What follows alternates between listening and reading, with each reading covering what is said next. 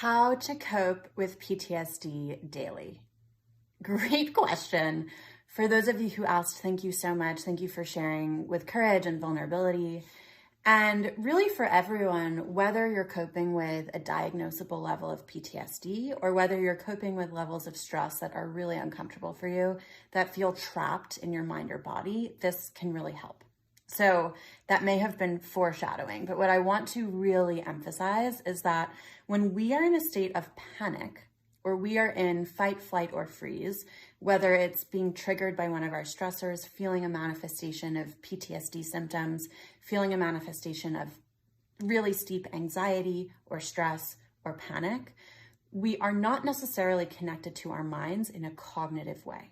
We are probably in our body. You probably feel tremors or heart palpitations, or you're sweating, or it's really hard to piece together sentences or have coherent thoughts and language, or maybe you're jittering, everything's shaking, everything feels kind of unstable. So the first thing we want to do is we want to get back into our zone of tolerance. That's what I'm going to call it. So the most effective way to do that is through our body. We can't just tell ourselves everything's fine necessarily. So I encourage you to find something that you can hold or squeeze or touch that brings you into your body. You can also use sounds or smells. If there's a certain song that reminds you of a very safe or calm or time that's full of love, that can be really helpful. If there is a smell that has a similar effect, or if you have a pillow or a carpet around, a stuffed animal, a blanket that you can touch or you can hold, pay as fine-tuned attention as possible to your physical surroundings. Something else that's helpful with getting into the physical body and regrounding out of a place of panic is to activate both sides of your brain. So if you are able to hold and touch and squeeze things, I encourage you to start with your right hand and then your left. Right, left.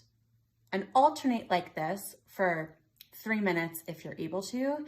If you're having a really difficult conversation or you're in a meeting, you can also under the desk or under the table be doing that. You can cross your legs and go like this. You can have your feet on the floor and you can do this with your toes inside your shoes. If you're in a place where you do not feel safe for other people to see, these are all ways that it can be a lot more subtle.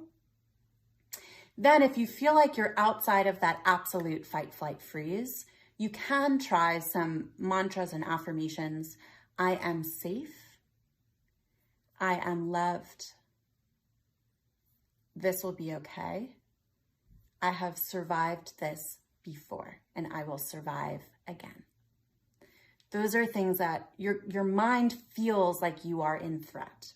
So you want to remind yourself, ideally these things are true, and I believe that they very likely are, particularly that you are loved and that you have survived this already and you will again.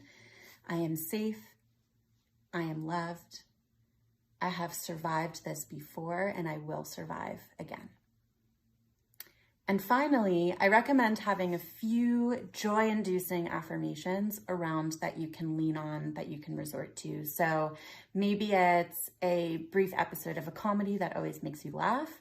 Maybe it is literally a spreadsheet or a Google Doc of GIFs that always make you laugh, or memes that you can literally just glance at, and it will help bring you back to the moment, help shift your feeling a little bit in that moment. And having support systems around that if you are really having a hard time, you do not have to go through this alone. So someone you can reach out to, someone you can text. If it is a therapist or a coach, amazing. If it's a friend or a loved one, someone who reliably will lift you up and not necessarily be re-triggering, so that you do get, sometimes these exercises and reminders are really hard for us to draw on ourselves if we're in a state of panic. So it's a little bit of an interpersonal and a human support system around you to remind you of those things in the times when you need it most.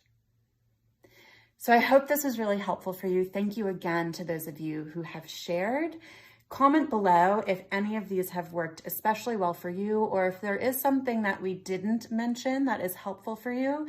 You never know who you're going to inspire and who you're going to support, so please share. And if you have any questions throughout, please keep letting us know. We're so grateful to have these conversations with you, and we look forward to keeping in touch soon. Bye.